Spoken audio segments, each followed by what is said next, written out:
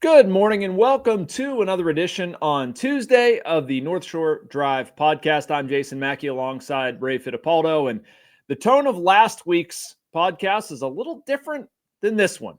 Steelers laid a giant egg on Sunday. You know that, getting outscored by 21 in the second half. We had Kaleb Johnson abandoning a kickoff. The defense struggling again. We're going to break down a lot of that and want to talk about where blame falls for the defense's shortcomings, what's going on with TJ Watt, whether Seattle was maybe picking on Jalen Ramsey or not. A whole bunch of questions to kick around with Ray. Before we do that, though, I have a message from our friends with Pellet Windows and Doors of Pittsburgh. There's no better place to get windows and doors installed in your home than Pella, who can help you save on energy costs year-round. Schedule a free in-home consultation with your local Pellet Windows and Doors to find the right product for your home and budget.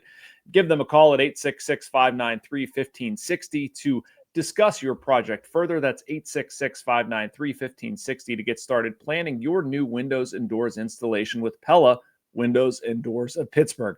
Excuse me. All right.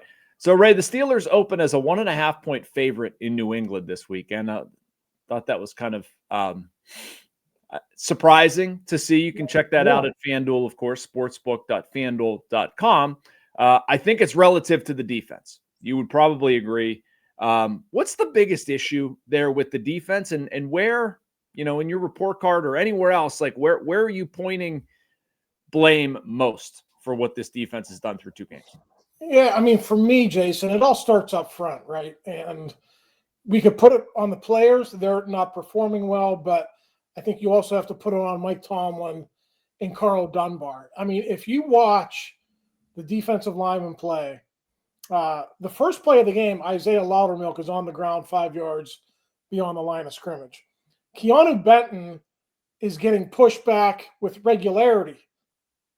Seattle played on the other side of the line of scrimmage 3, 4, 5 yards downfield for the entire game. There was one clip I saw where Keeanu Benton actually turned his back on a double team and, just got obliterated, 10 yards down the field. I don't know.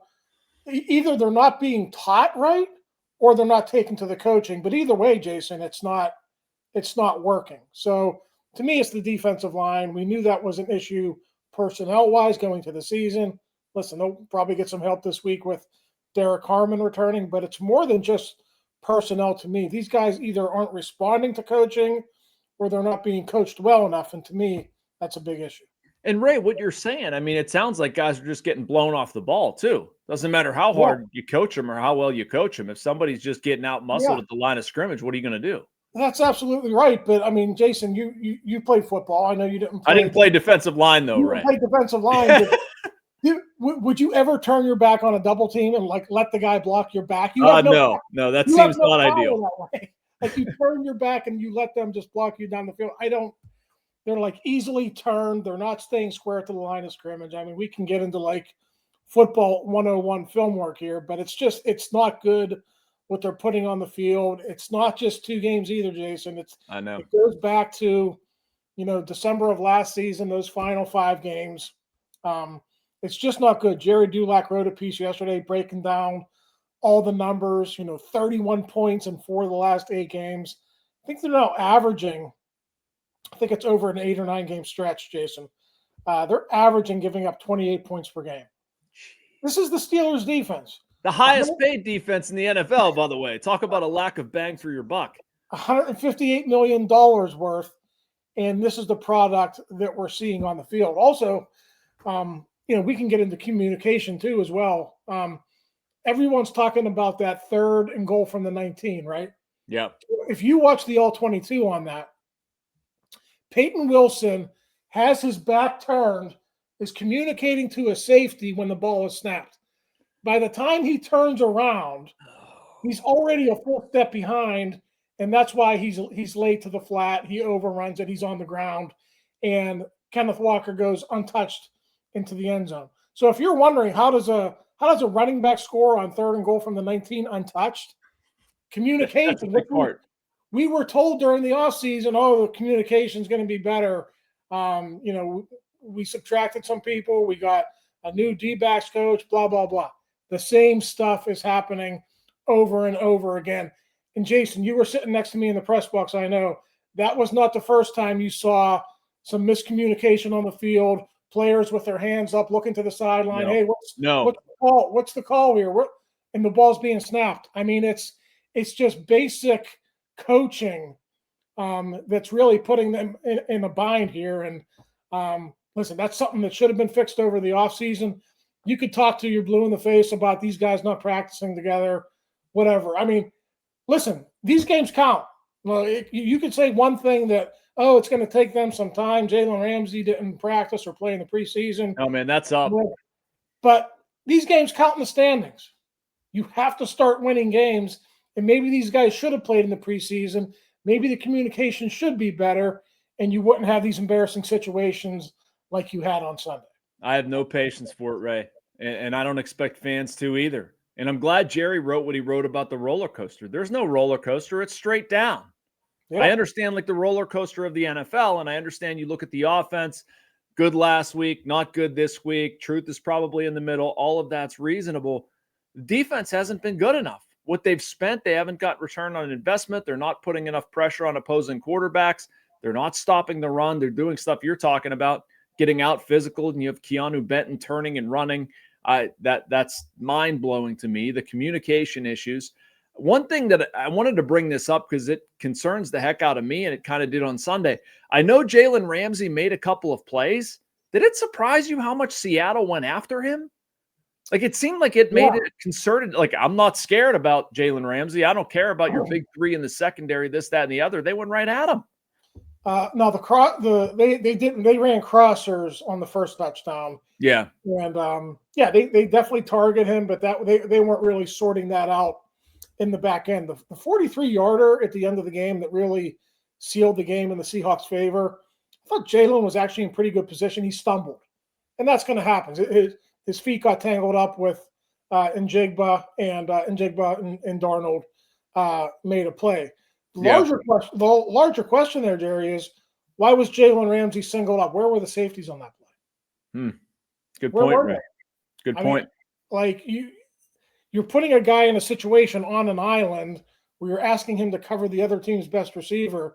Shouldn't you be rolling covers to Njigba? Like, who else on that Seahawks receiving core is gonna hurt you? That guy had 103 yards receiving, and they didn't cover him all day. So that's what, like, when I talk about coaching, and I don't want to single out just Karl Dunbar, but like Mike Tomlin's plan, like for a guy who was so bullish on this team and on this defense in July and August, for things to unfold this way, like, Jason, how could he be so wrong about this? Yeah. I mean, I think he was trying to challenge his guys, right? Like I sort of understand that, but I mean, why do you even say something like that if you're not confident, right? Like, you don't put that out there unless you feel like this is going to be pretty good. And I think he was confident. Like, I legitimately think he thought this was going to be one of his best defenses. Yeah, I agree with that. Listen, anything could happen. They could turn it around. I mean, does anyone doubt they're going to make the playoffs? Like, the Bengals have quarterback issues now. Yeah. The AFC, they could probably squeeze into the playoffs, but are their issues ever going to get turned around? They'll probably find a way to win 8, 9, 10 games, but are things going to be any different at season's end? They got a lot to clean up, Jason. It's a bad look on defense right now. Yeah, and I mean, it's an obvious point, right? Like, you're spending so much on defense, we shouldn't be sitting here saying, "Oh, are they going to figure it out? Is it getting?" I mean, it's kind of not what we're saying. You're spending a lot of money. You want a lot of production. And one of the moves they made, Ray, I was thinking about this leaving the stadium on Sunday. Is TJ Watt worth it? And I'm not trying to get into like a bigger picture, holistic, let's rehash the contract extension. Yeah. And I understand he was banged up at the end of last year, but like, kind of like to see some stats here. Kind of a little concerned, mystified. And I know that, teams are chipping him and running a bunch of stuff at him, but it's time to produce. I want to see some numbers out of the guy that's the, still highest paid non-quarterback or second highest paid non-quarterback, whatever it's at right now. Makes a lot of money. It's a game of production. And when you get paid the way that TJ Watt is paid, you do have to produce. I will say this. He's getting a lot of attention. And when that happens, your defensive lineman and your other outside linebacker have to win, and they're not winning enough. So it looked bad for TJ, but when you're able to single block Cam Heyward and he doesn't get any pressure, and you're able to single block Keeanu Benton and he doesn't get any pressure, then really, is that on TJ or is that on those other guys for not getting a push and not getting a pass rush too? I get it. You're right. He does have to produce more, but I think there's like on the list of things that are wrong with this football team, this defense, I'd probably put TJ Watt 6, 7, or 8. I could rattle off 5 other issues that are much bigger right now than TJ Watt. Don't do that, Ray. That'll be our second segment. We'll get into issues 1 through 4.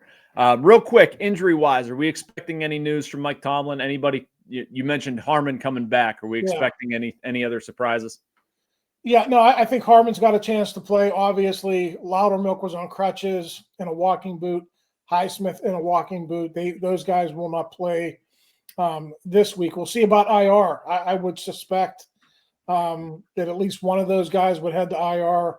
You're still not going to get Elliott back, I don't think, for this week. So they're going to have to make it work in New England. They're going to have to try to get by these next 2 games before their bye week and they can get healthy. And listen, injuries are not an excuse. The Seahawks were without 2 defensive backs, 2 starters, Eamon and Witherspoon in that game, and they were able to shut down the Steelers' offense.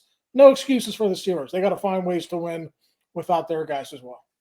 All right, so we're going to get into some recurring themes on this podcast. Feels like we talk about the tackles every week and some derivation of the running back situation. We'll touch on Kaleb Johnson and his blunder, where we go from here as well. So a short break, and then we'll be back with more on the North Shore Drive Tuesday edition of our podcast.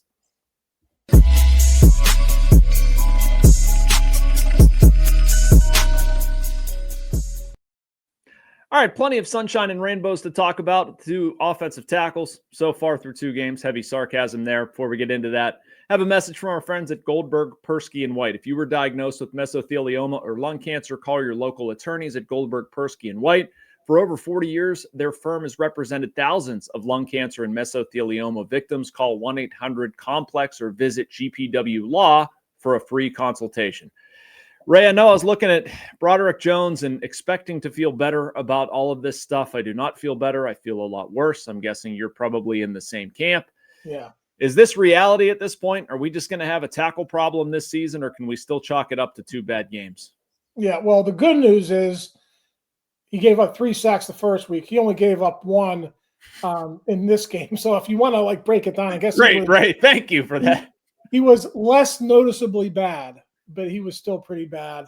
His technique, there's still a lot of issues with technique. Like the same issues that we saw in the Jets game are still there, but, he was able to recover and, just use his athleticism on some of those plays to, keep guys off the quarterback.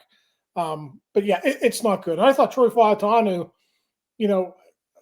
just talking about pass protection wise, I thought Troy got better as the Jets game went on, but he had another bad start to the Seahawks game, and then he got a little bit better, and then there were some breakdowns too. There was that holding call late in the game. So both your tackles, I know Broderick gets all the attention because he's the blind side protector, and they got to make a call on his 5th-year option this year. So he deservedly so is talked about more. But I thought Troy Fautanu played worse against the Seahawks than he did the Jets. I mean, it's just – and it's not just those 2 guys. Like the entire offensive line is not playing well. And to me, Jason, that's a problem when you have a soon-to-be 42-year-old quarterback.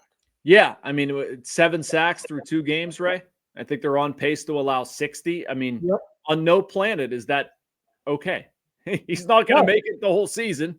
The offense isn't going to be any good. I'm already watching Aaron Rodgers thinking is he going to get up? Is he all right? I'm just sort of what you're saying, hoping it's an aberration, hoping that it's just 2 games and it's going to protect. But I feel like, what you said last week about Broderick and his technique concerned me, and then this is also concerning. Well, here's the thing. They could drill him during the week, but if you're in year 3 now and you still don't know how to do basic things like punch, keep a defender off you, I tweeted something this morning, Jason, where he ducks his head a lot and he just puts himself off balance, and you can't do that. In the NFL, I don't care how good of an athlete you are, you got to have technique and you got to be refined in your technique if you're going to be a good player. And he he's not there yet. So that makes me wonder, okay, he's been with Pat Meyer for 3 years now. It's not getting any better. This is the same conversation we're having about the defensive line. Are they not taking to the coaching, or are they not being coached properly? I don't know where it is. We're not inside those rooms and what they're being taught. We could watch them on the practice field. But I could promise you, Pat Meyer does not tell Broderick Jones, hey, put your hands at your waist so the defender can get his hands inside you and bull rush you into the lap of the quarterback. I can promise you Pat Meyer is not telling him that, and yet we see that every single week. Right. It's a baseball parallel of what are they're coaching them to not look at, or look at call third strikes or something like that. Yeah. I guarantee you that's not what they're coaching. They're having a problem applying it, or people listening to the right thing. So, all right, let's talk about the running backs for a little bit, Ray. I'm kind of surprised too, as we talk about, things that have surprised us that are kind of semi-depressing.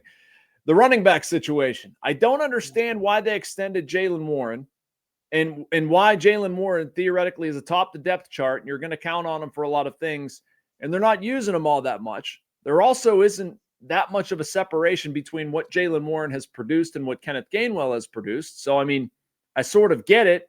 Do we ever get out of this sort of running back rut? It's almost like they're equals, which, financially speaking, they're not equals. You'd like to see more from Warren.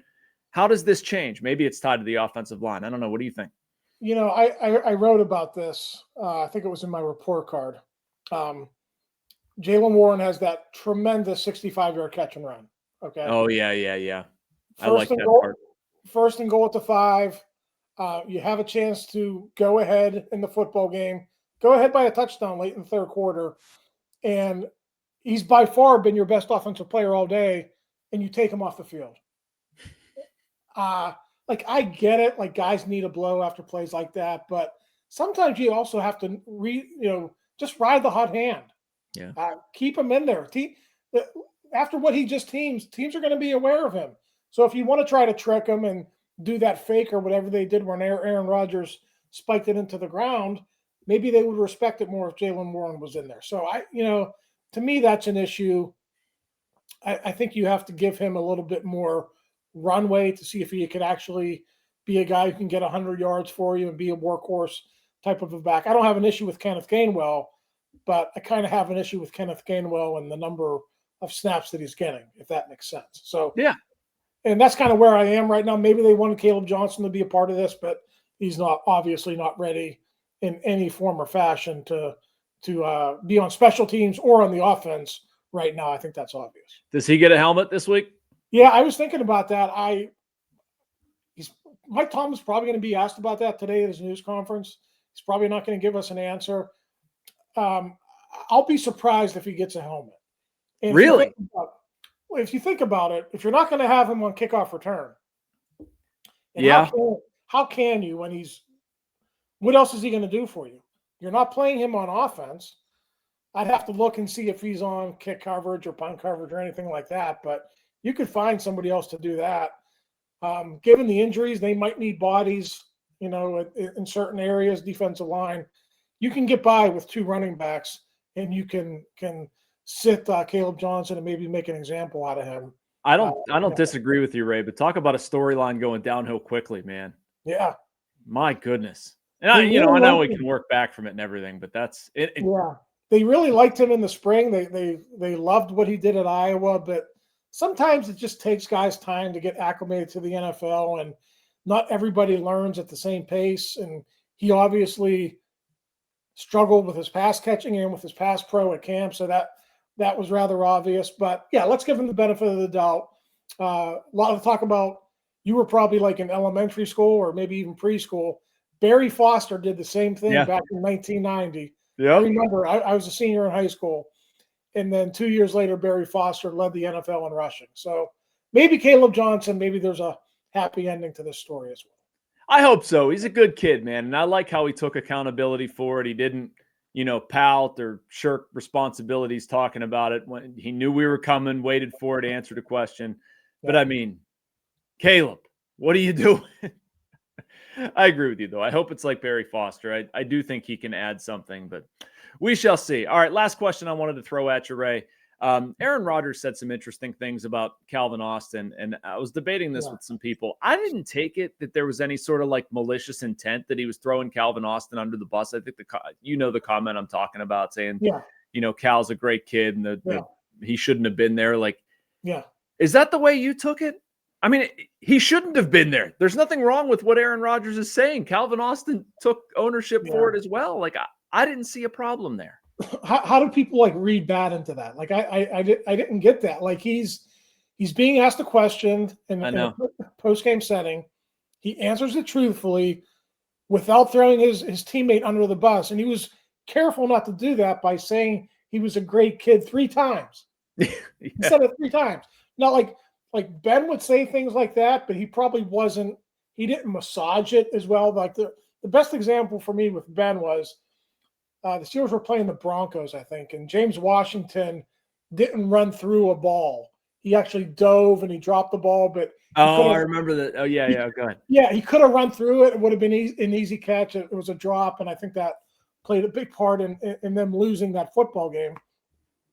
And Ben said that on his radio show, and people took issue with it. And I could see just because of the tone and the way he said it. So there are ways to do it, but in no way did I read anything bad into what Aaron said. These guys are being asked questions. We want truthful answers. We get them. Sometimes you got to be a big boy and step up and shoulder the blame. And I'm sure Calvin Austin did that after the game if he was asked about that play. Yeah, he absolutely did. And I think the onus now is to come back from it. I want to see more Calvin Austin on Sunday. I think Aaron Rodgers wants to see more Calvin Austin on Sunday. I was a bit mystified by how they distributed the football. Made me kind of question whether they have enough pass catchers, but that's an issue for another day, Ray. We'll tackle that Tuesday after New England, I think. How are we going to do that, Jason? I don't know.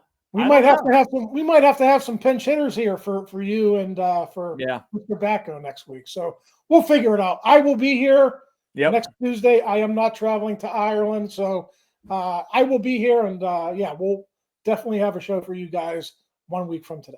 Yeah, because I fly out Monday night and land Tuesday morning in Ireland at like 11:30, and I'm still trying to understand time differences, Ray.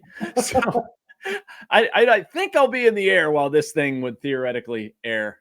We could maybe do it Monday. We'll see. Yeah, maybe that's the solution. We'll talk through it. We're going to have plenty of coverage for you guys. We love doing this. Make sure you like and subscribe. You can get all of this on our Post-Gazette North Shore Drive podcast and YouTube channels. For Ray Fittipaldo, I'm Jason Mackey. We'll talk to you next week.